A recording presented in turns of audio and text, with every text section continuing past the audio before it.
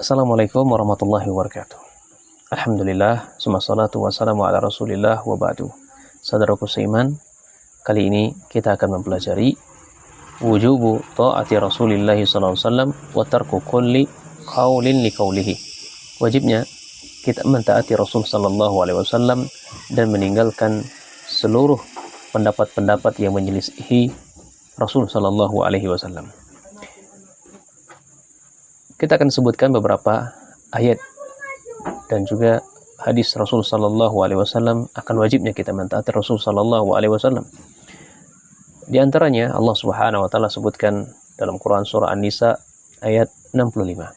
Allah mengatakan, "Fala wa rabbika la yu'minu hatta yuhakkimuka fima shajara bainahum, thumma la yajidu fi anfusihim haraj mimma qadaita wa yusallimu taslima."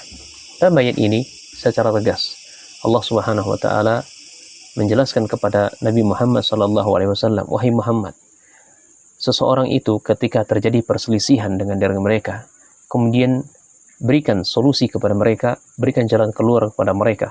Ketika engkau putuskan jalan solusi atau jalan keluar dalam diri mereka atau perkara-perkara yang mereka perselisihkan, mereka tidak sama sekali marah sama kamu, tidak mendongkol, artinya mereka menerima, itulah mereka orang-orang yang beriman." Mafhumnya, orang yang tidak mau ikut aturan Rasul sallallahu alaihi wasallam tidak dikatakan orang-orang yang beriman. Wa yusallimu taslima. Mereka itu adalah orang-orang yang berserah diri secara totalitas kepada Rasul sallallahu alaihi wasallam. Ini menunjukkan wajibnya kita taat kepada Rasul sallallahu alaihi wasallam secara total, secara mutlak dalam perkara apa saja. Demikian pula dalam ayat lain. Allah mengatakan dalam Quran surat Al-Ahzab ayat 36, "Wa ma kana lil mu'min wala mu'minah idza qada Allahu wa rasuluhu amran ay yakuna lahum khirah min amrihim wa may ya'sillaha wa rasulahu faqad dhalla dhalalan mubina." Lagi-lagi Allah mengatakan tidak dikatakan orang mukmin dan mukminah, atau bahasa lain tidak selayaknya, tidak sepantasnya dilakukan oleh orang mukmin dan mukminah. Ketika Allah dan Rasulnya sudah menentukan suatu perkara, suatu urusan, kemudian dia mencari jalan-jalan lain atau perkara-perkara lain yang menurut mereka itu terbaik bagi mereka, padahal tidak. Orang tersebut, wa may ya'sillahu wa rasul, dia katakan orang tersebut, ya, siapa di antara mereka yang bermaksiat kepada Allah dan Rasulnya, faqad dhalla dhalalan mubina, dia sudah sangat jauh dari jalannya yang lurus dari Rasul sallallahu alaihi wasallam.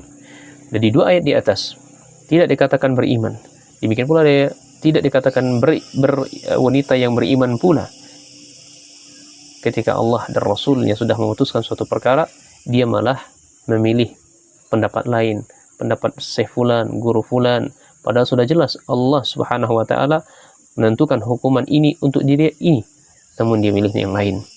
Demikian pula dalam ayat lain Allah mengatakan surat An-Nur ayat 51, "Innama kana qaulal mu'minin idza du'u ila Allahi wa rasul liyahkuma bainahum ay yaqulu sami'na wa ata'na wa ulaika humul muflihun." Jadi orang yang beriman itu, lagi-lagi Allah katakan orang yang beriman itu, orang yang mukmin itu, apabila dia diajak kepada jalan Allah, diseru ke jalan Allah, diseru ke jalan Rasulnya, agar mereka berhukum dengan apa yang telah ditetapkan oleh Allah dan Rasulnya terhadap perselisihan, urusan apa saja, ya, mereka berhukum dengan hukum yang Allah tentukan dan Rasulnya. Mereka mengatakan apa? Yaqulu sami'na wa ata'na, kami mendengar dan kami taat. Mereka itulah orang-orang yang beruntung.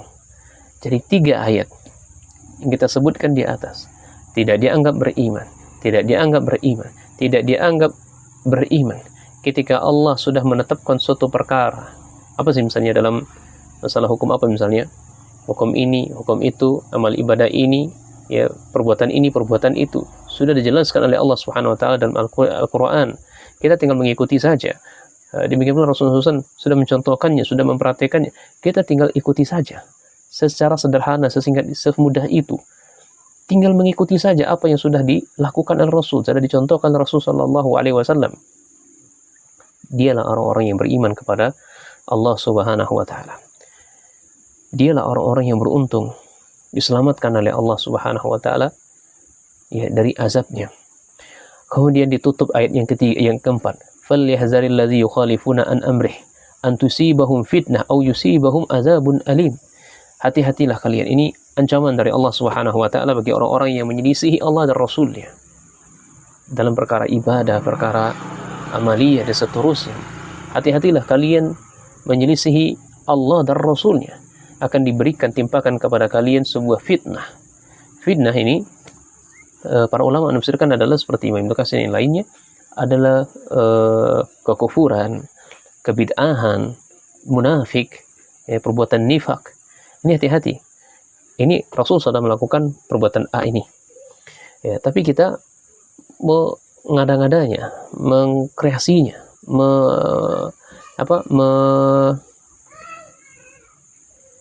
mengotak-atik syariatnya Allah Subhanahu wa taala, maka akan ditimpakan kepada kita sebuah penyakit dalam hati kita, penyakit kemunafikan, bahkan bisa kekufuran dan perbuatan bid'ah.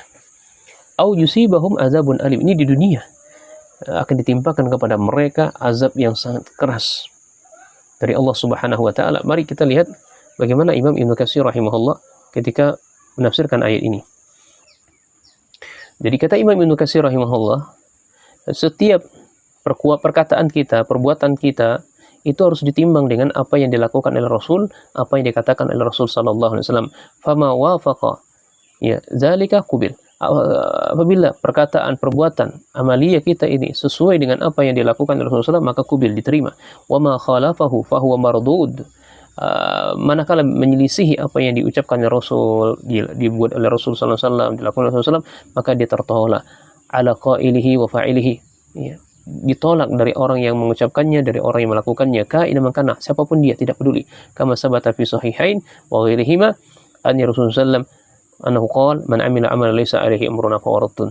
Siapa yang berbuat sebuah amalan yang tidak berdasarkan perintah dari kami, maka amalan tersebut tersolak. Tidak dicontohkan oleh Rasulullah sallallahu alaihi wasallam, maka amalan tersebut tersolak. Ai falyahzar wal yakhsha man khalafa syari'ata Rasulullah sallallahu batinan aw zahiran.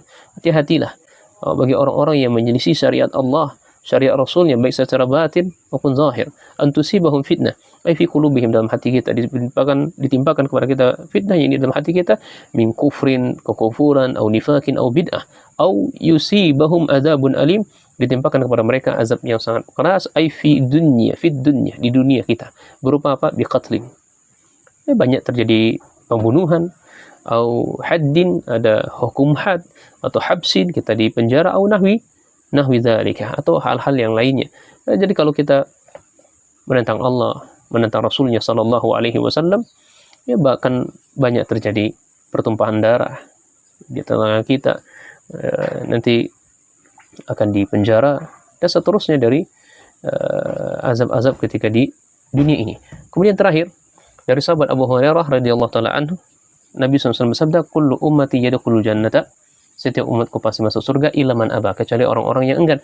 Qila, dikatakan ya Rasulullah, wa man ya'ba, siapakah orang-orang yang enggan? Ya, orang-orang yang enggan adalah man ata'ani, kata Nabi SAW, man ata'ani dakhala jannata wa man asani faqad aba. Orang-orang yang taat kepada saya dia masuk surga, orang-orang yang bermaksiat kepada saya itulah orang-orang yang tidak mau masuk surga. Semoga bermanfaat. Subhanakallah bihamdika asyhadu an la ilaha illa anta astaghfiruka wa atubu ilaih. Assalamualaikum.